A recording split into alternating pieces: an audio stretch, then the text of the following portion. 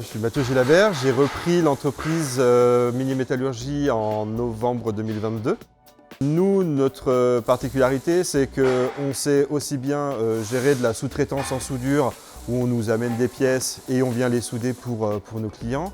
On sait faire de la réalisation sur plan pour nos clients qui ont dessiné des choses et ça peut être de la petite pièce de quelques centimètres jusqu'à des grands ensembles comme des gros chariots, des ensembles de structures métalliques assez conséquentes.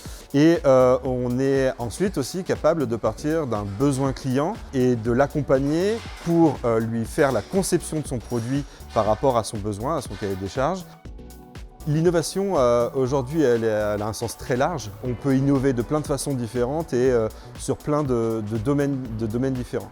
Nous, aujourd'hui, l'innovation, elle vient d'échanger avec des clients, de constats chez les clients sur de la praticité dans leur ligne de production, plutôt des difficultés d'ailleurs qu'ils peuvent avoir dans leur ligne de production, des problèmes. Souvent, on va innover pour s'enlever une épine du pied. Et donc l'idée, c'est d'accompagner les clients dans leur complexité, dans leurs difficultés et de leur proposer quelque chose qu'ils n'ont pas et qui n'existe pas, entre guillemets, comme le CQ Palette. Donc là, c'est une innovation en tant que telle.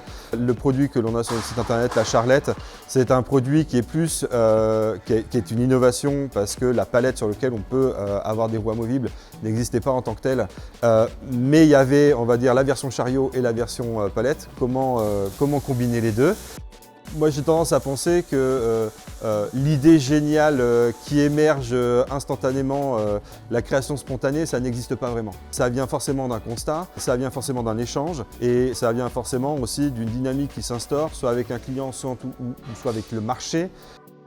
L'idée d'innover aussi, elle se fait sur la façon dont on fait les choses. On innove le produit, on innove la façon dont on se gère et dont on interagit ensemble, mais aussi la façon dont on fait les choses. On peut vite le confondre avec de l'évolution plutôt que de l'innovation, parce que c'est pas parce que pour nous c'est une innovation que le voisin l'a pas déjà fait. Donc dans l'idée de peut-être mieux gérer nos flux de matière, de mieux gérer la façon dont on va chiffrer les choses pour être au plus près du besoin, la façon dont on va écouter et recevoir la demande client, la façon dont on va s'organiser pour mettre en œuvre la programmation d'un robot, la façon dont on va plier nos pièces. De toute façon, on doit se reposer sur un savoir-faire parce que sans une base solide, l'innovation, elle s'effondre. Le savoir-faire est essentiel. Les bases du métier et de la façon dont on va faire les choses, elle est primordiale.